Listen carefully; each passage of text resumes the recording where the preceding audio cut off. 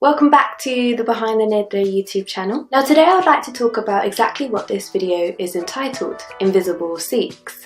Well, I bet you're thinking, well, Sikhs are anything but invisible considering their turbans, their traditionally long hair, their beards, but today I'm going to be looking at it more from a political, economic and social perspective. Most of the statistics and information that I will be providing today has come from the 2016 UK Sikh survey conducted by the Sikh network, and I'll leave all the details for them below. The reason why I decided to make this video is because some of the statistics found in that survey really got to me. It found that 1 in 5 Sikhs have faced discrimination in a public place over this last year. It also found that 1 in 7 had directly faced workplace discrimination. But what we need to keep in mind are these statistics are often wrongly recorded as incidents of Islamophobia by the police, which clearly shows an inaccuracy of the crime statistics as a whole. Talk about lies, damn lies and crime statistics. Sorry, that's just the sociology teacher in me coming out. Since 9/11, there's been a major increase in race-related attacks,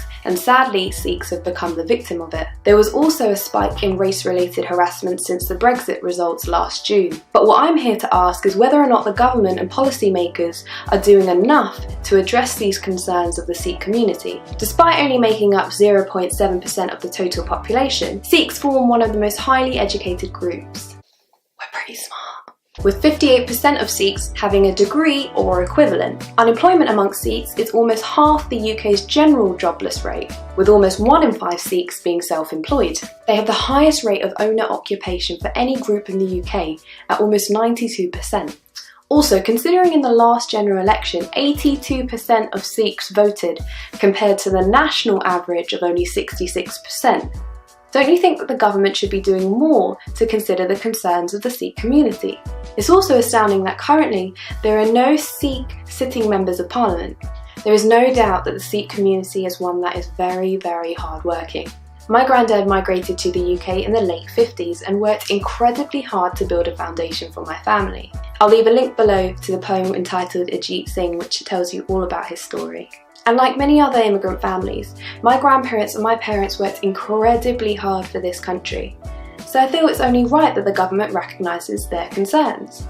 Now the short poem I'd like to share with you today is about all that hard work of immigrant families. This is Revolutionnaire. I grew up not knowing what I didn't have. My father made me feel like I had everything. He grew up in the age of the 70s, protest, peace and love on the tip of everybody's tongues. A determination that could turn dirt into diamonds. A mother that could make everything out of nothing, old earth into islands. So when people ask me, am I more like my mother or my father, I say I'm purely a product of their power. Revolutionnaire. Sikhs are made up of an amazingly diverse community, and one that is filled with such inspirational people. And speaking of inspirational people, it was an honour to be considered one of the top 10 inspirational Sikh women in the UK. I will leave a link for that article below, and please check out the amazing work that those other 9 inspirational Sikh women are doing. My siblings and I were the first to go to university in our family. We all left with first-class degrees. A doctor, an accountant and teacher, all contributing to this country.